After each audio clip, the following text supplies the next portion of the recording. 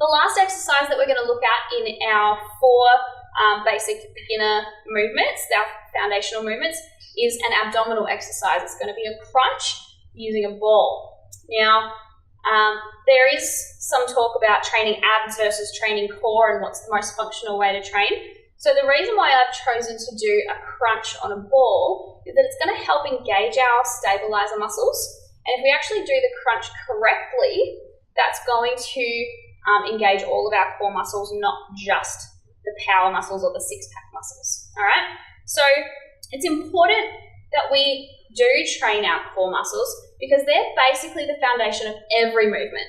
We did a squat movement. If we didn't have good core, we wouldn't be able to keep our body upright. When we do our push movement without good core muscles, we're not going to be able to keep that nice plank position. When we do our row, we need to have good strong core to keep our back stable. So the core is really foundational to all of our exercises. It's good to finish off with core at the end of your workout because that way you're not going to tire out those stabiliser muscles before you do all of those other exercises that need it. Okay, so I like to finish off by training core at the end of the session, so that way when it's all fatigued, we're not going to lose any of our good form for our other complex movements. So to do a correct crunch on a fit ball, now fit balls or Swiss balls can be a little bit challenging because you have to use balance. Now if you find this too challenging, you can always start off on the floor and work your way up to a ball. The really important thing with a ball is that you've got the right size. So you can see when I'm sitting, my legs on about a 90-degree angle, okay?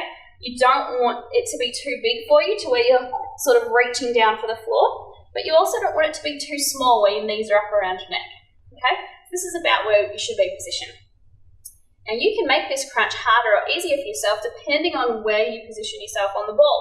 So to make it easier, you want to come down lower on the ball so that more of you is on that ball. So if your low back is supported by the ball, that's much easier than if you come to, say, this position where just your bottom's on the ball. Okay, so at a beginner level, we're going to come down to a nice, easy position. Our low back is supported by the ball.